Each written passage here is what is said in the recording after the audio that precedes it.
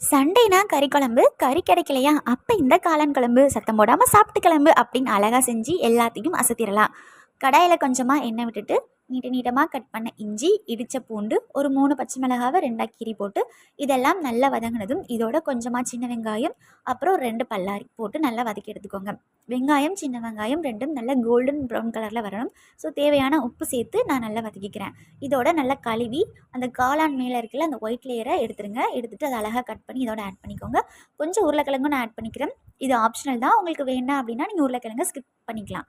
அப்புறம் 2 சின்ன சைஸ் தக்காளியும் இதோட கட் பண்ணி எல்லாத்தையும் வதக்கிட்டு 1 ஸ்பூன் காஷ்மீரி மிளகாத்தூள், ஒரு 2 ஸ்பூன் மல்லித்தூள், அதுக்கப்புறம் ஒரே 1 ஸ்பூன் குழம்பு தூள் போட்டுட்டு வீட்டில் அரைச்ச மட்டன் மசாலா நான் ஆட் பண்ணிக்கிறேன். இல்லை அப்படின்னா நீங்கள் கடையில் ரெடிமேட் பேக்கெட் வாங்கி யூஸ் பண்ணிக்கலாம். அப்புறம் தேவையான சேர்த்து நல்லா எண்ணெய் பிரிஞ்சு வந்ததும் தேங்காவோட சின்ன சீரகம், பெருஞ்சீரகம் சேர்த்து இதோட ஆட் பண்ணி ஃபைனலாக கொத்தமல்லி புதினா தூவி இறங்கினீங்க அப்படின்னா சூப்பரான